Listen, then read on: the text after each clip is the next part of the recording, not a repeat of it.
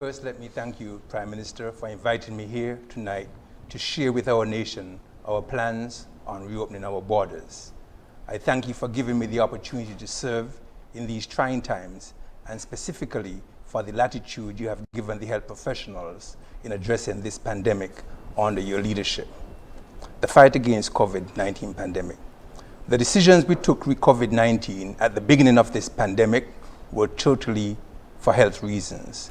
We successfully flattened our curve, contained the spread of the virus locally, and did not overwhelm our health system.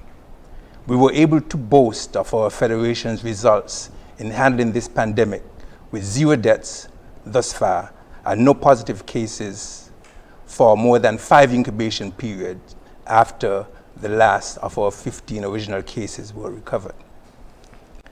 This was one of the longest of any nation on the face of the earth. We emphasized the adoption of the non-pharmaceutical measures that were needed for the success that we saw. And they cannot be overemphasized. Social distancing, staying at least 3 to 6 feet from others, wearing masks in public places and around others, hand sanitizing, and cough etiquette. We adopted an all-of-society approach towards the fight against COVID-19. We were alert and aware and responded rapidly and effectively and were therefore able to contain the virus. We thank you, the public, for listening and cooperation. It was because of your personal responsibility that you took that led to our collective success as a nation. I also at this time want to thank all of the frontline workers, including all of our healthcare workers, the nurses, doctors, the emergency medical officers, and the police for the work that they did in fighting this pandemic. Now, where are we now with this pandemic? Some of us began to get complacent as we went a couple of months without a positive case. We were in fact COVID-free for about 70 days, but we warned that this was only temporary. As long as persons are returning to the Federation, there will be a risk of the virus returning. Our borders were closed to international and regional commercial flights, but our citizens were still allowed to return on special charters. The virus is also still out there with no signs of slowing down, and some countries are struggling to contain their first wave.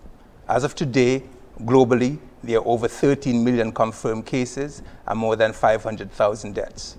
In the United States, there are more than 3 million confirmed cases and more than 136,000 deaths. Here in the Federation, we had 17 confirmed cases, 15 recovered, and 2 active now.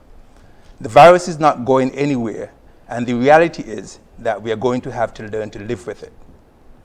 We, however, cannot afford to drop our guard and become complacent, as I saw happening over the last few weeks. These new cases should serve as a wake-up call for us. When will we open our borders? We keep being asked the question as to when the borders will be open. This question is continually being posed to the health officials. We all have to be aware that any lifting of the borders will come with a risk of the importation of the virus. If we are to aim for 0 risk with the virus entering the Federation, we will have to wait for an effective vaccine and immunity of our population.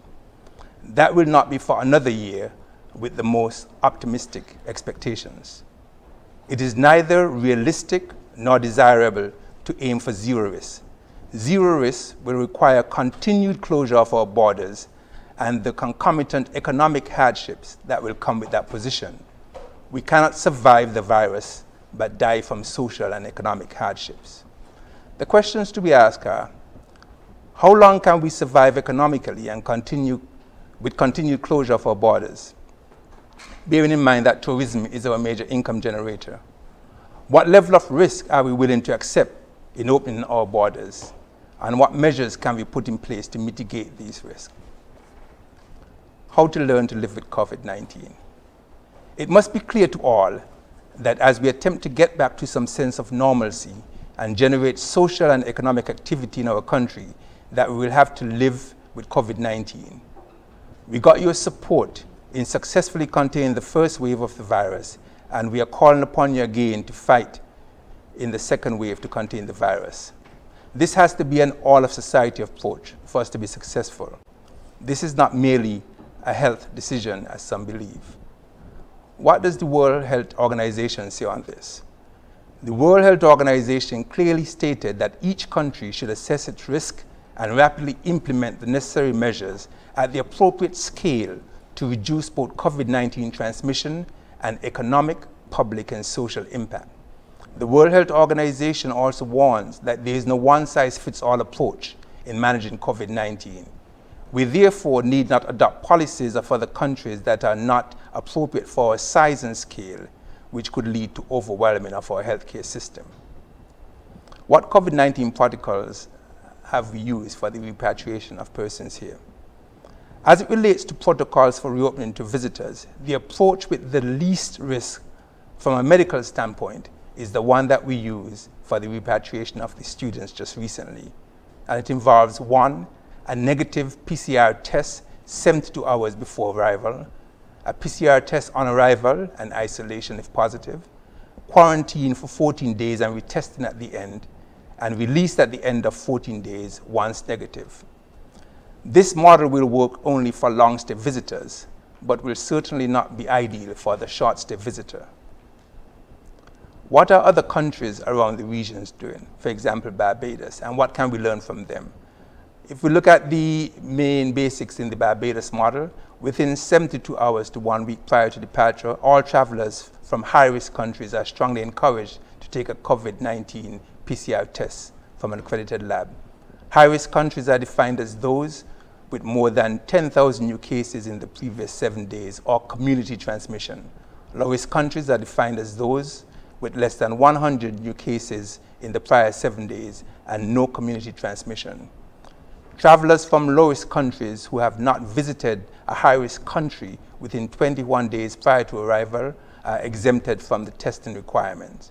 Travelers who came in without a test would have to have a test upon arrival and remain quarantined until the result is produced. This protocol does one of two things. It assumes the risk involved in allowing the free movement of someone from a low-risk area into a country. Coming from a low-risk area does not eliminate the risk of one carrying the virus, however. It also assumes the risk of importation of the virus with a negative test 1 week out. But we all know that someone can test positive 1 day after testing negative.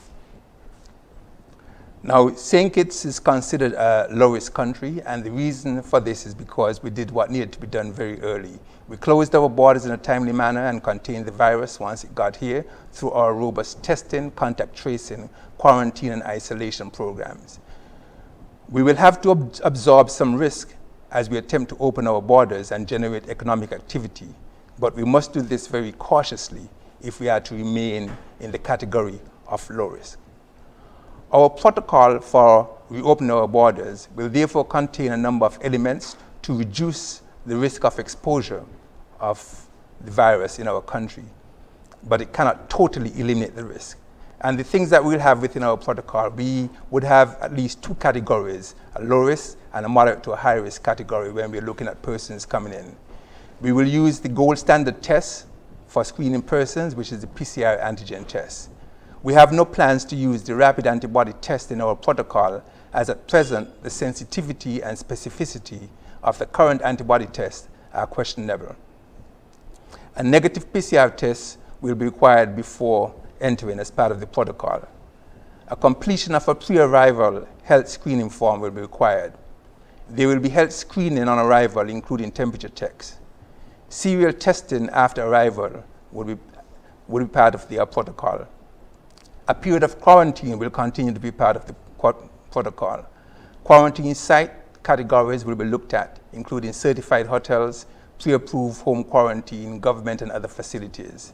We'll also be utilizing an app for tracking persons that has geofencing capabilities, the capability of contacting persons and managing them in real time. The app will be mandatory for all arriving travelers, and we'll obtain consent to abide by our protocols before arrival. And persons who are coming will have to abide by our emergency powers regulations. We also need to prepare for reopening with training of persons in tourism industry, including hotels, restaurants, bars, tour operators, taxi drivers. This will be done over the next few weeks in collaboration with the Ministry of Health and the assistance of the Pan American Health Organization. We have a map that allows us to control the disease, but yet get on with our lives in the new norm.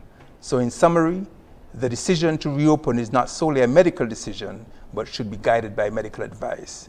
Economic and social activity must be considered in making the decision. There must be public education and buy-in as we move forward, as it has to be an all-of-society approach. And your individual responsibility is germane to our collective success. We will continue to refine our protocol for reopening to ensure we take on the least risk, but allow economic activity and not overwhelm our healthcare system. I thank you.